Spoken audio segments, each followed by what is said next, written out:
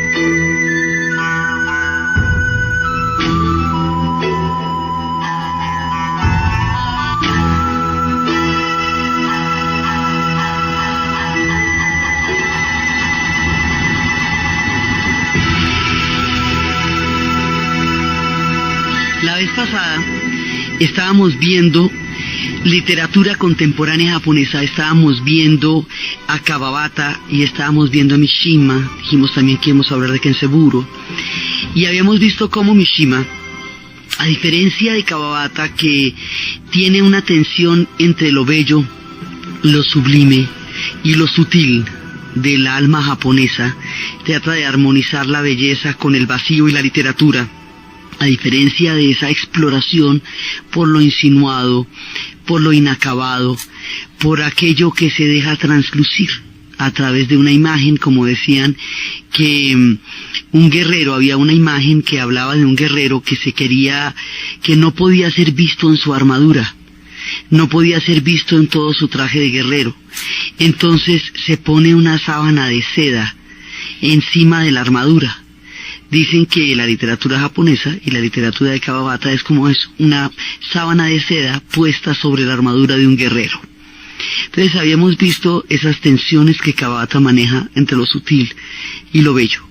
Y estábamos viendo cómo Yukio Mishima, criado en un aislamiento entre las tradiciones japonesas, sin contacto con los otros niños, demasiado débil en su temprana juventud para formar parte de los guerreros del Imperio del Sol, extemporáneo porque es un hombre del siglo XX, va a considerar que toda la modernización del Japón es un acto de olvido y de traición al camino del Bushido y a la senda de las tradiciones del pueblo del sol naciente, y va a considerar que toda la era de la profunda asimilación de la cultura americana, de la democratización del Japón y de la modernización del Japón son una decadencia indigna desde su punto de vista para pueblos que han sido honrados por caminos que él consideraba épicos y que han abandonado, y que para hacer un acto ritual que despierte al Japón de ese letargo de modernidad, va a protagonizar un cinematográfico suicidio en un cuartel. Y habíamos visto cómo él lo preparó durante mucho tiempo, inclusive hizo fisiculturismo para hacer un cadáver hermoso. Encontró, él llevaba a quien lo fotografiara durante los pasos del suicidio, el seppuku. Seppuku es el harakiri, es la manera como es esa muerte ritual en donde se abren el vientre con una espada en una determinada forma hasta cuando el dolor ya es tan intenso que los decapitan. La cosa es una cosa bastante complicada, pero para ellos tiene todo un sentido de acuerdo con lo que hemos visto de la manera como manejan la muerte.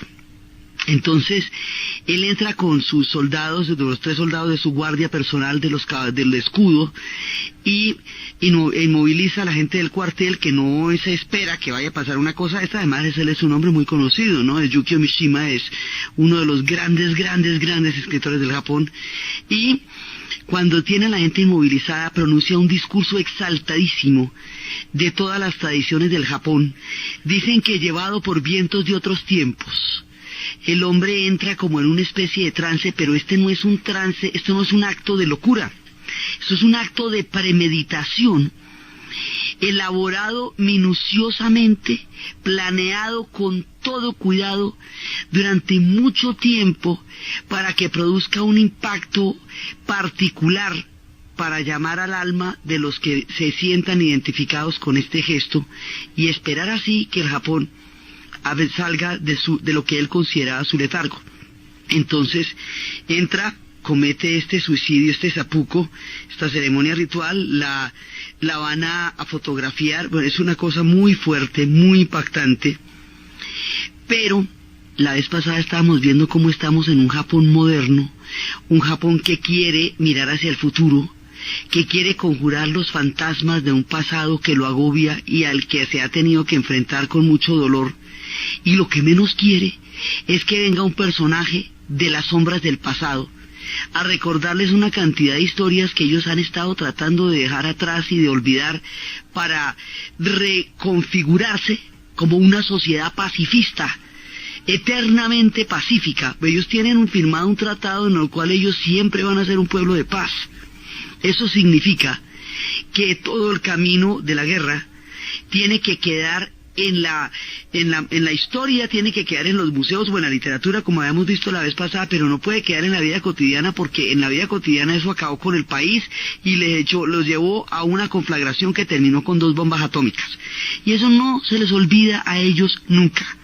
Entonces, el acto de Mishima, en la época de los Beatles, de los Rolling Stones, en la época del rock and roll, en la época de un mundo para la juventud, en todo ese tiempo en que se estaba dando tantas cosas, resulta extemporáneo, anacrónico en el sentido de la palabra, fuera de su tiempo. Entonces parece un tipo increíblemente loco, no deja de inspirar respeto, sí, y hay sectores que consideran que lo que hizo él era sublime. Además él decía que quien sabe que es lo correcto y no lo hace, eso es falta de valor. Entonces sí hay gente que considera que fue un acto, digamos, sumamente honorable, pero es más lo que los molesta. O sea, es más lo que los molesta enfrentarse a una actitud tan extrema. Incluso la ultraderecha la derecha moderada se sentía bastante incómoda, porque este personaje representaba, digamos, como esas fuerzas que latieron durante la guerra en el Japón, pero desde el punto de vista de la exaltación. Y ellos lo que estaban tratando era de cuestionarse eso, como lo habíamos visto en la mirada histórica del museo, entonces del Museo de Sakura. Entonces en el momento que ellos están como cuestionando eso, y en el momento que ellos están pensando cómo elaboran un pasado tan doloroso, viene y les trae ese preciso pasado que quieren dejar atrás, en su forma más impactante. Entonces resulta una contradicción que, más que trágica, se vuelve patética para el Japón en el cual lo hizo él. Entonces él muere con su gesto, haciendo lo que él consideraba que debía hacer por el Japón, pero no es ese el Japón al que él le está hablando, es otro.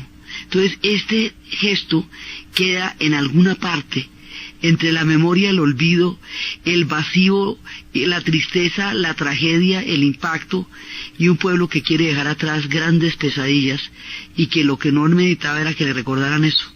Entonces, la forma tan espectacular como él muere lo va a hacer famosísimo, y muchas veces se le conoce más por la manera como murió que por lo que escribió, pero como escritor es grande, gigantesco, es un coloso de la literatura japonesa.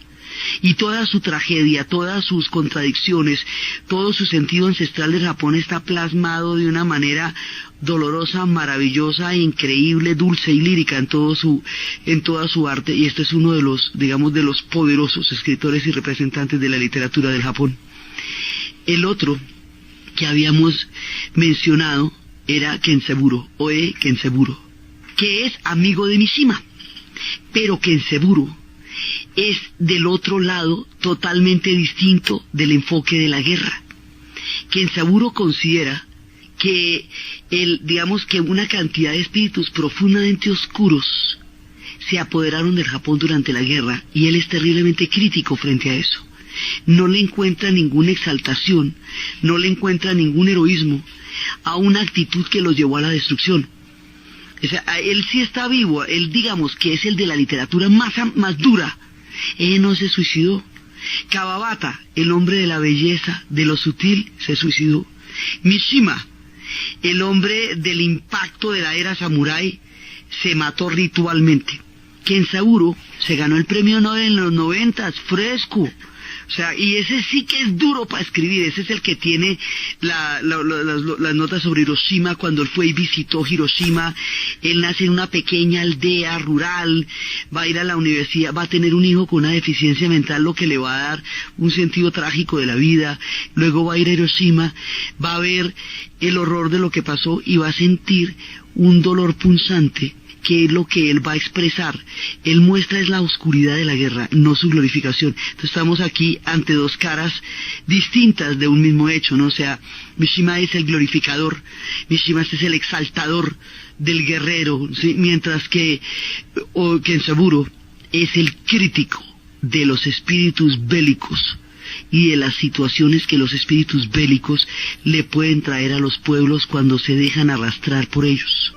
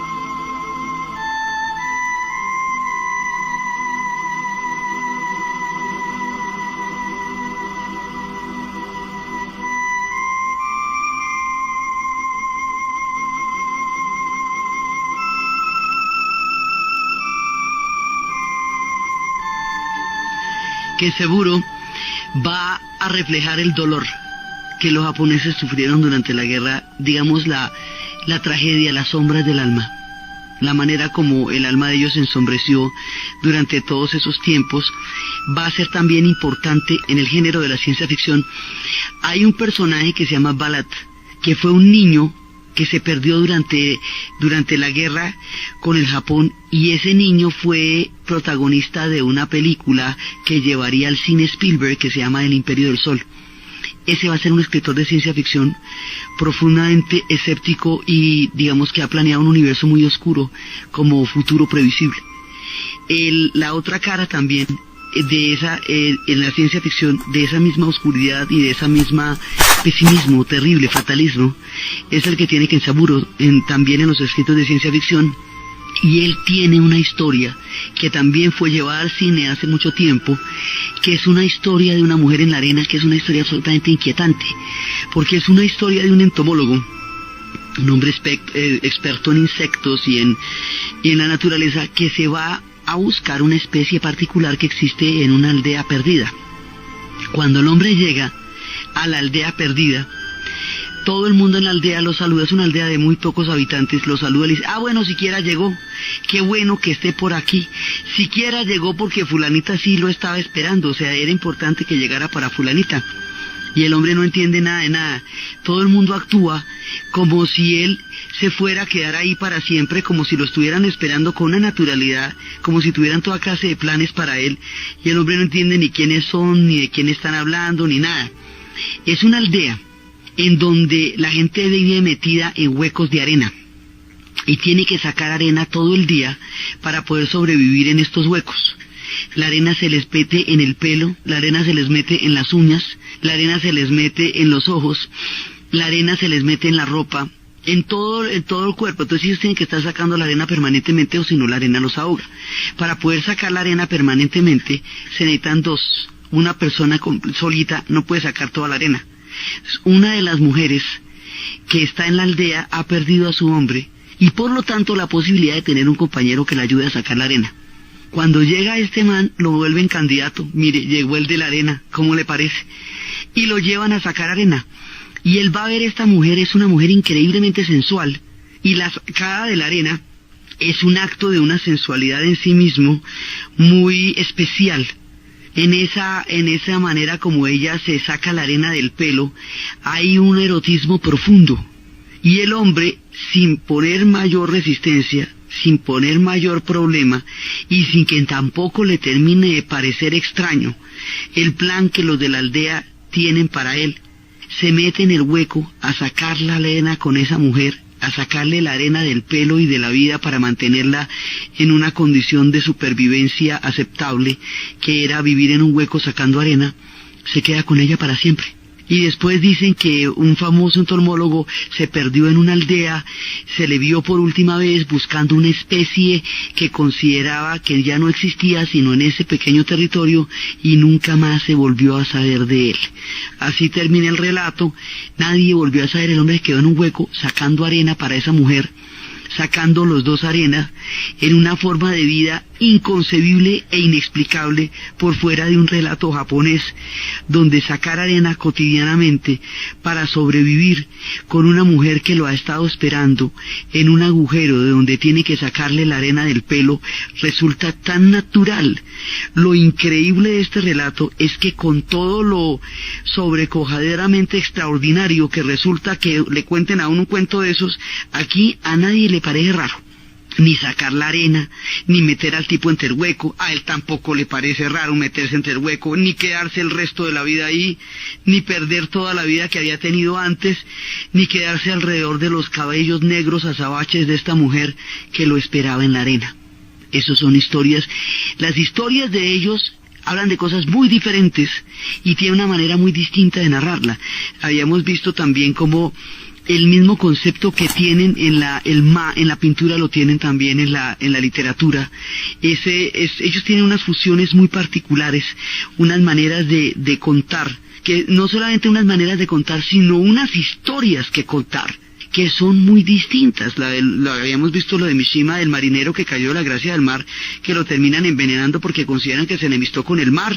Este hombre termina sacando arena. Digamos, las historias son unas historias de giros inesperados y de cuentos completamente diferentes a los que uno está acostumbrado. Este dolor que va a reflejar Kenzaburo es también una parte del espíritu japonés.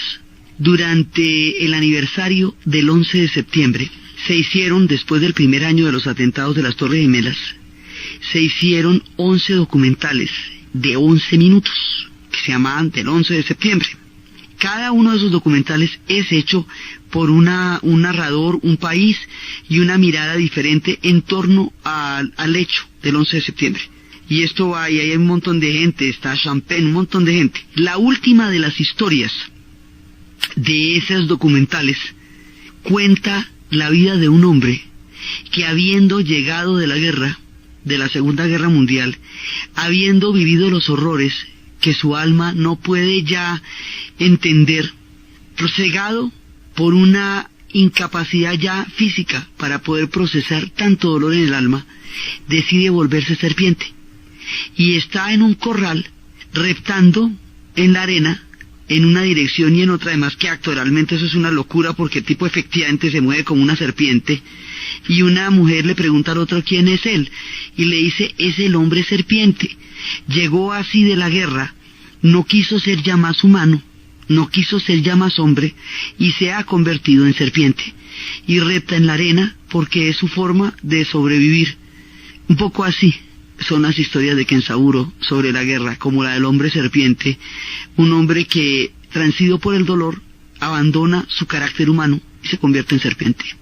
Entonces, la literatura japonesa tiene muchas miradas, tiene unos dolores así de fuertes, unas pasiones tan desatadas como las de Mishima y tan sutiles como su literatura lo exige, y una armonía y una tensión entre la belleza y el vacío como la de Kawabata. Y son muchas formas de representar una misma alma. Entonces, para ellos esto tiene todo un significado y tiene toda una mirada que tiene que ver muchísimo con el Zen, y tiene que ver muchísimo con sus alfabetos también, y con la fuente no verbal de su manera de habitar el mundo. Ellos habitan un universo no solamente invisible, sino no verbalizable. Los silencios entre los japoneses son una manera de compartir muchas cosas. Dicen que a veces pueden llegar a ser increíblemente ruidosos, de lo tremendamente silenciosos que puedan ser, porque están compartiendo cosas muy claras y muy profundas en ese silencio. Pintar y escribir se utilizan con el mismo verbo, que es kaku, y la caligrafía es un arte. Entonces ahí viene, digamos, una cuestión de los trazos. Ellos tienen unos ideogramas que se llaman kanjis, que son unos trazos que tienen un equilibrio y un balance perfecto. Y hay quienes dice uno de los autores, que se pueden colocar sobre una superficie y se pueden sostener en perfecto equilibrio si se pudieran poner verticalmente. La caligrafía tiene una manera, en el trazo está toda un simbolismo y una significación. Eso viene de los chinos, pero los japoneses lo transforman en una cosa totalmente distinta, totalmente particular. Eso es el trazo. La caligrafía, que es un arte visual, que es un arte pictórico y que es un arte de escritura, y que es de donde emana la literatura japonesa, empezando por ahí. Pero ellos, más adelante, a partir de Genji, van a desarrollar un alfabeto fonético, es decir, no solamente de pictogramas, sino que tenga sonidos japoneses, o sea, una traducción, por decirlo así, fonética, de un alfabeto pictórico. A eso lo van a llamar hiragana. Hiragana es una representación fonética de los kanjis, ¿sí? Que le agrega algunos sonidos para efectos, porque ellos vienen de el origen, que es chino, es monosilábico, pero el japonés no es monosilábico, ellos tienen varias sílabas. Entonces van adaptando al oído a lo largo del tiempo esa pluralidad de sílabas a través del hiragana. Y resuelven otra cosa para las influencias, para todo lo que va a llegar extranjero. Todas las palabras extranjeras que no proceden del Japón y que no están escritas, que no vienen del idioma japonés, van a estar consagradas en otro tipo de alfabeto también fonético, que se llama katakana.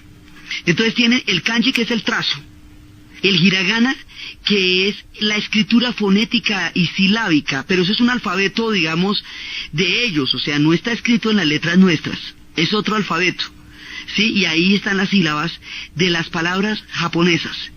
Y otro alfabeto, que tampoco está escrito en las letras nuestras, sino en las de ellos, que es para las palabras que vienen de los extranjeros y se llaman katakana. Bueno, imagínese usted la literatura mezclando todos los conceptos que simultáneamente pueden verse en un texto, mezclando todas las miradas de un idioma que originalmente está escrito en ideogramas y representándolo fonéticamente. Entonces todas esas cosas hay que verlas cuando se mete uno con la literatura japonesa. Por eso tiene tanto de encantador como de insondable, porque meterse ahí es meterse a manejar alfabetos silábicos, ideogramas, una cantidad de cosas, y en el trasfondo la influencia china y lo que ellos hicieron con la influencia china. Una de las cosas más características de la literatura japonesa, de las raíces y de la esencia misma del Japón, es el haikyuu. El haikyuu son unos versos, son 3 versos nomás. Esos versos tienen que tener una característica, y es dar una imagen. Y el hombre que los hizo grandes, el hombre que hizo de eso un arte poderoso, se llama Basho. Pero esto es todo un género en el Japón, y es un género de la poesía. Basho hizo un montón de viajes. Y ese montón de viajes, cuando uno viaja, se enfrenta con lo efímero, pero con lo efímero que le resulta inolvidable. Cuando uno va viajando, se va encontrando con instantes y con circunstancias que quisiera conservar en el alma para siempre, que marcan de una manera definitiva la forma como vamos a seguir viviendo de ahí en adelante, pero que sucedieron en fracciones de segundos y que usted no va a volver a ver porque ya no está ahí. Es la condición del viajero, es el tránsito por lo efímero. Y eso es muy zen, porque habíamos visto en el zen como la contemplación de la belleza sublime es una cosa que sucede en un instante y que después se vuelve pasado cuando se evoca. Que la naturaleza misma del éxtasis y de la contemplación es lo efímero, porque eso solo dura unos segundos, pero es tanto lo que afecta el alma que la irradia y la ilumina para siempre. Resolver el problema del instante que produjo un gozo eterno al alma, con el carácter efímero que eso tiene porque se va, para retenerlo en el tiempo de alguna manera a través de las palabras, eso es un haikyuu. Entonces las cosas quedan como son simplemente insinuaciones. Estos no son aforismos, porque los aforismos en Occidente tienen un carácter intelectual. Esto es imagen. Esto es imagen. En el puente colgante, la vida pende de un sarmiento de viña loca. La neblina se eleva, en el puente colgante los ojos no me atrevo a cerrar. ¿Sí? Son diferentes tipos de haiku. El monte Obscue, su forma evoca una vieja solitaria que llora acompañada de la luna. En el puente colgante, de pronto, el recuerdo del tributo de los caballos. Son maneras de evocar algo que solamente es una imagen. Pero esto es muy importante, más blanco aún que las rocas de la montaña de piedra, viento de otoño. Este camino ya nadie lo recorre, tarde de otoño. Un día sin viento de otoño, un día sin sake en mi taza. Son cosas de la vida cotidiana y de lo sublime, pero es la idea de la impermanencia y de la inminencia también que se impone sobre lo que va pasando.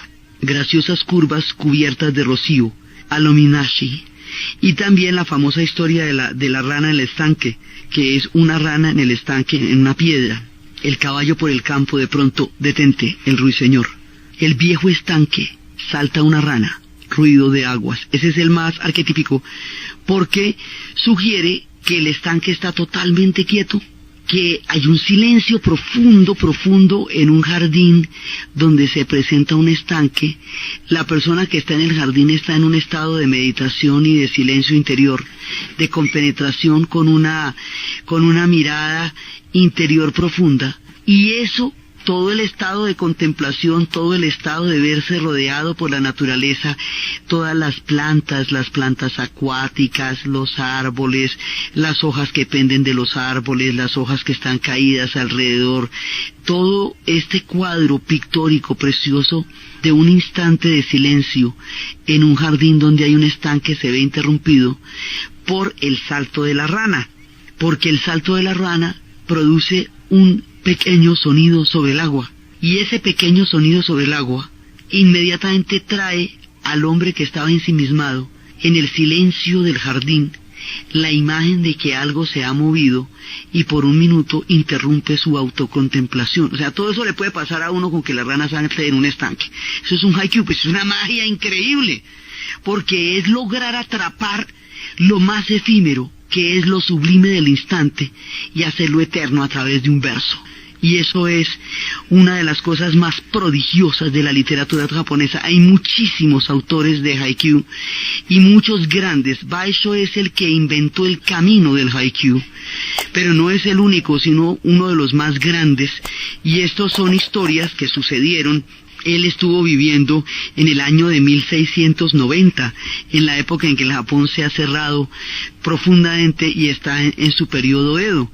Entonces ahí se incuba esa literatura. Entonces ellos van creando alfabetos para poder desarrollar su mundo fonético, ideogramas para poder representar. Digamos, el ideograma es una casa. Una casa pintada, casa pintadita, palitos, casita, señora en la casita. El hiragana es una sílaba que corresponde a esa palabra que sería casa, ¿sí? Y el katakana ya sería una palabra extranjera, ¿sí? House, que se pronunciaría house o se pronunciaría casa como sucedería en otro idioma, pero con un alfabeto silábico distinto. O sea, tienen 3 alfabetos, y el que tienen, el de los kanjis, tiene una cantidad increíble de ideogramas, y con todo eso manejan ellos la literatura y la vida cotidiana.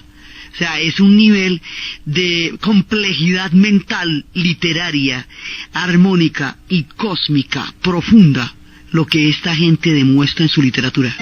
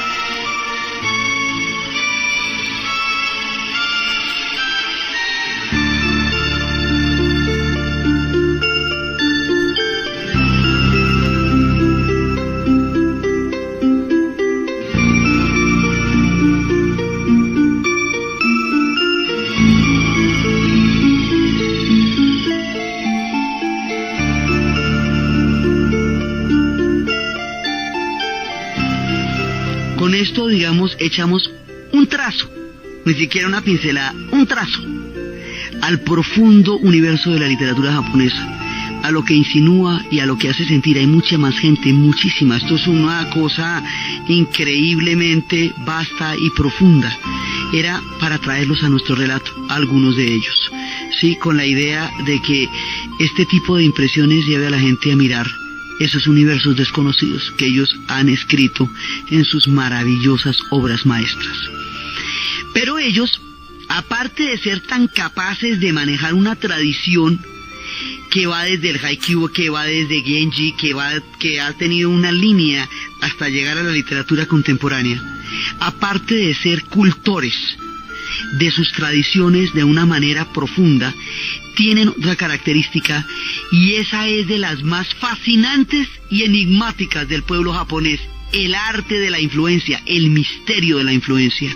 Ellos, tan homogéneos como son entre sí mismos, tan idénticos a su propia esencia, como se han mantenido por entre todos los avatares de la historia, son capaces de mirar al otro como otro, no como una parte de ellos. Y eso sí es un cuento mágico, porque normalmente las culturas que son, y sobre todo si han sido potencias y que son autorreferenciales, les cuesta muchísimo trabajo mirar a los demás como un otro distinto a mí y tratar de entenderlo. Eso, digamos, en el cine americano es complicadísimo, porque el otro siempre aparece como un extraño en el relato, cuando no como una amenaza.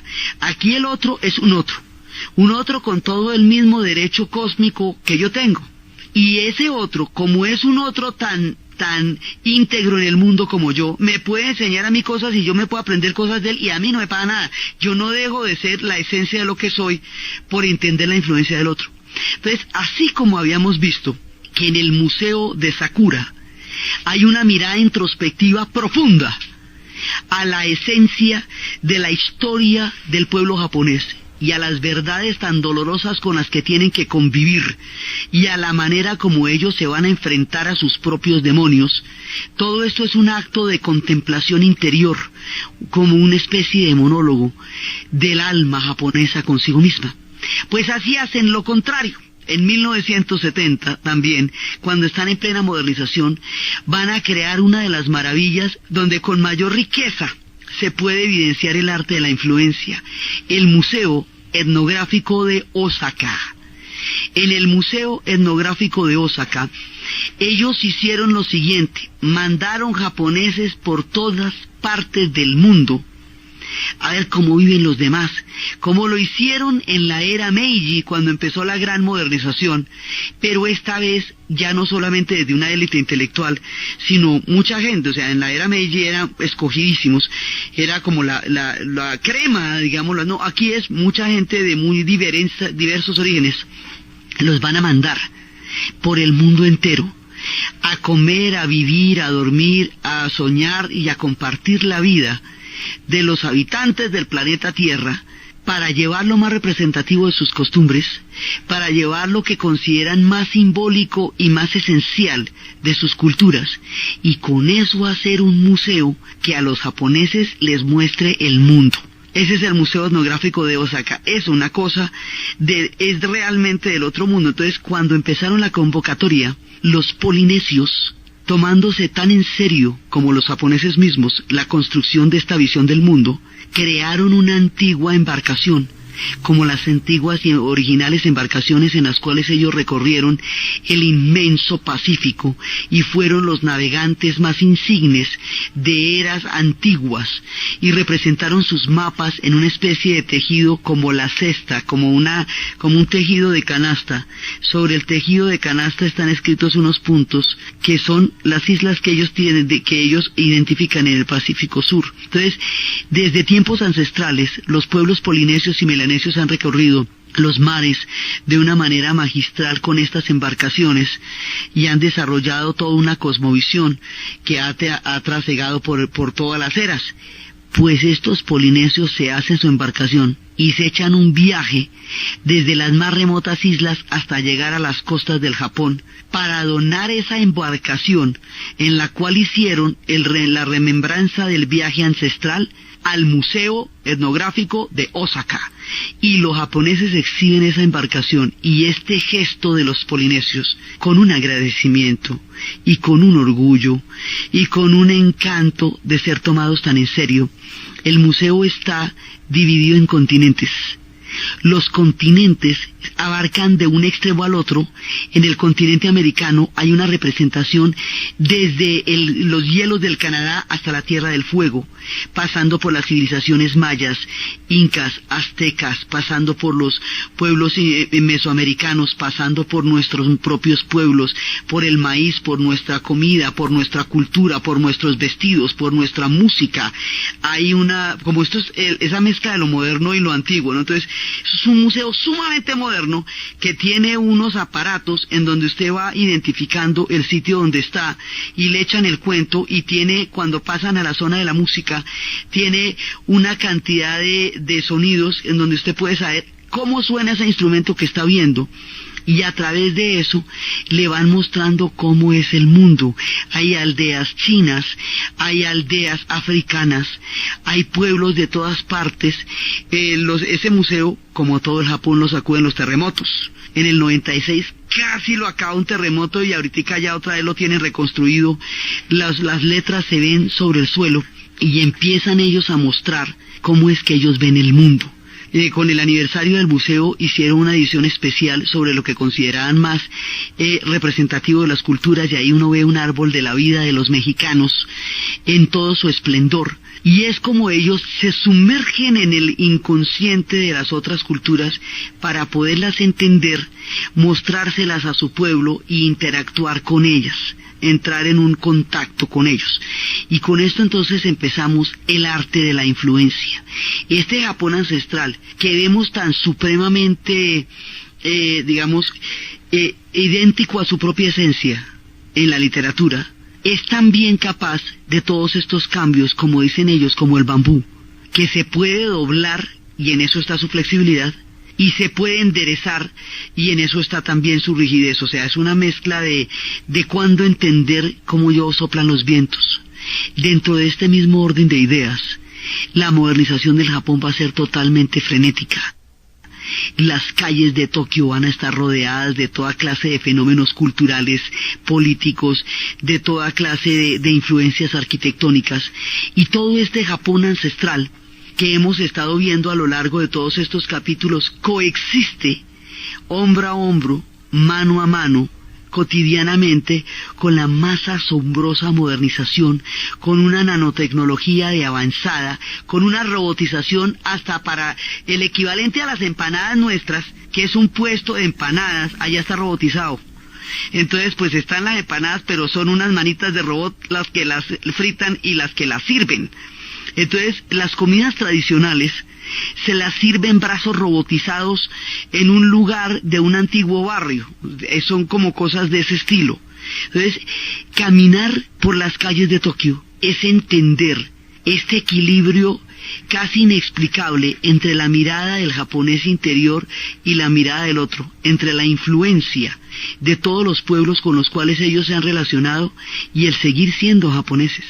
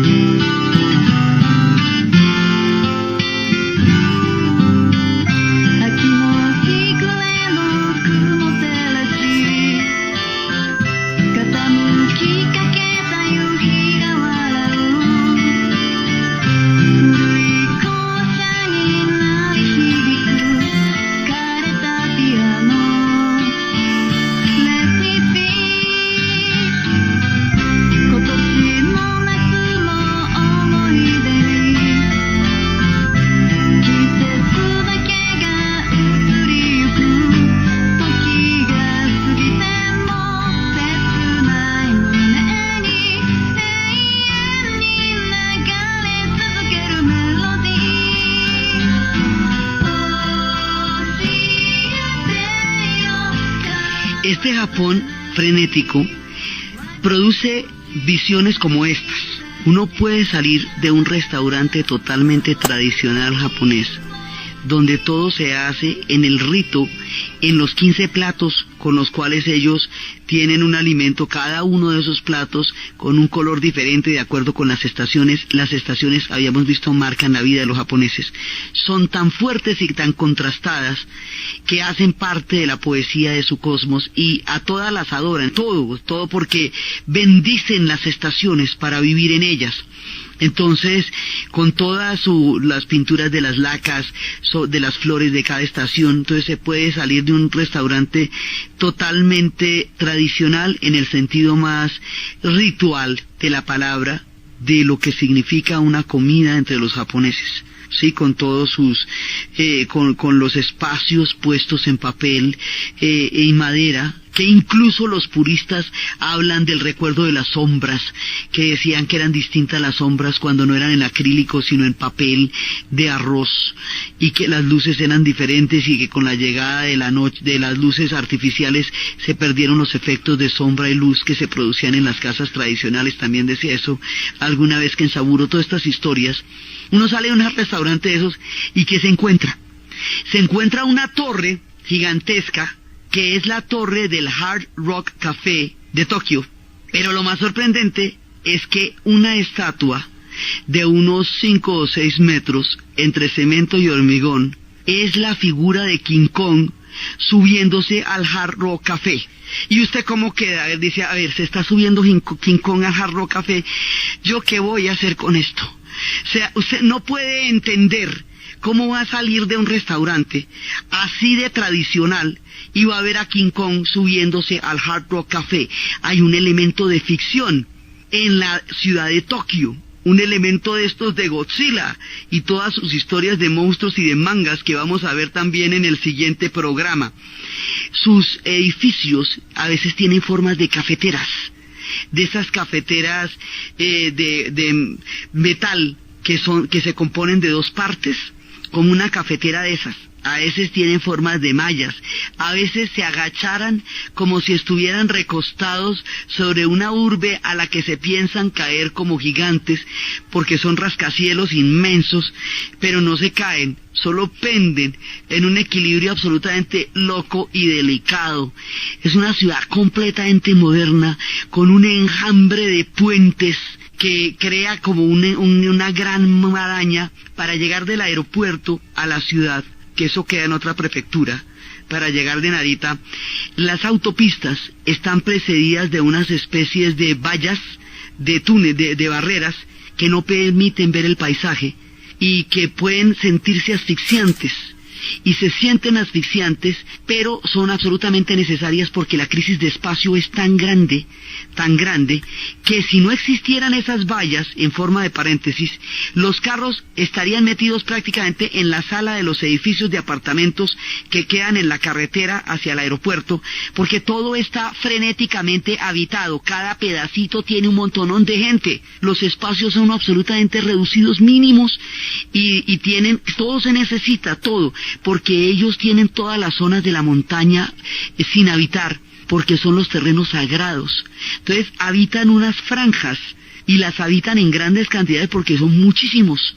Entonces es este hacinamiento, con la profunda delicadeza con que esta gente maneja el contacto cotidiano, que nunca llega a ser físico, sino solamente de saludo y de venia respetuosa, y coexisten en un todo invisible y sutil, en medio de unas multitudes que podrían parecer caóticas, pero no lo son, porque eso tiene un orden profundo dentro de la manera como se mueven estos millones de habitantes en las grandes urbes de Osaka y en las grandes urbes de Tokio, porque sus ciudades son gigantescas.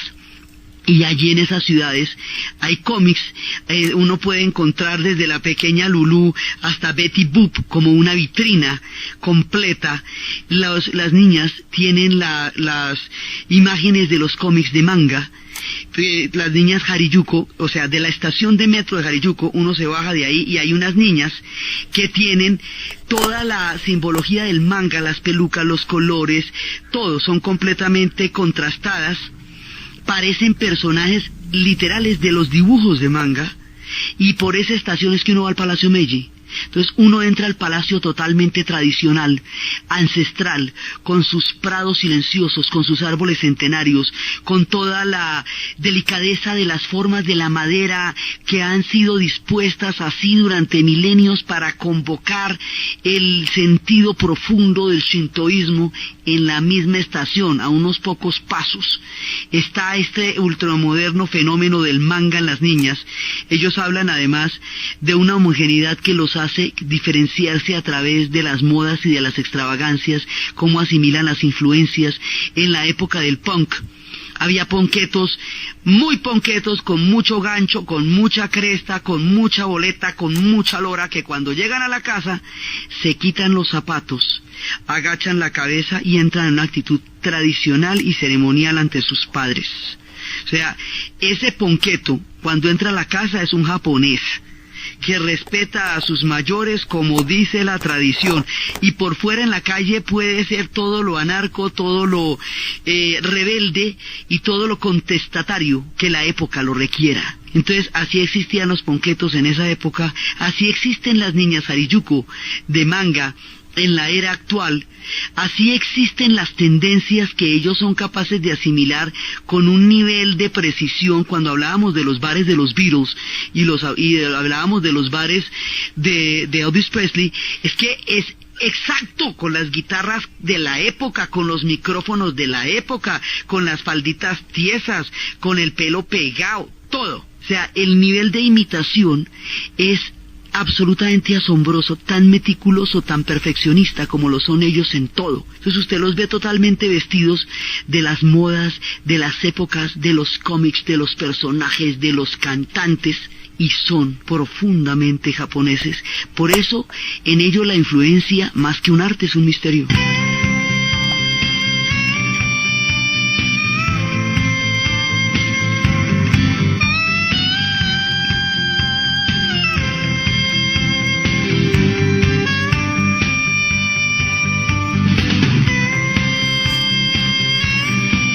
Géneros se consiguen en Tokio. Está el jazz, está el blues, está el reggae, pero todo es perfecto. O sea, el jazz es un excelente jazz, está la música clásica, las interpretaciones más poderosas, la manera como ellos montaron Carmina Burana. La Carmina Burana, que está en video, hecha por las orquestas de Japón, es de parársele los pelos a uno, es perfecta, como todo lo de ellos, y lo sienten, y lo vibran, y lo entienden, y lo asimilan, y lo incorporan a su vida cotidiana. Y estos edificios gigantescos, con esos letreros verticales, de colores fuertes, que atraviesan las grandes avenidas de Tokio, por donde están los Guccis y los Dolce & Gabbana, porque son titinísimos, absolutamente elegantes, son de un glamour y de un estilo y tienen una manera de manejarse cotidianamente y de vestirse que son completamente elegantes, o sea, son elegantísimos. Todo eso contrasta con los jardines de caja, con los espacios íntimos a donde ellos llegan a dormir, donde toda la bulla del frenético Japón super avanzado y tecnológico queda atrás, y están al lado de la camelia, al pie del altar Shinto, con los zapatos en la puerta, con la calidez de un ambiente místico, con su comida tradicional, a donde no invitan a nadie porque es donde está la intimidad del alma del Japón. Entonces, así es que Tokio se puede ver tan frenética en uno y en otro lado.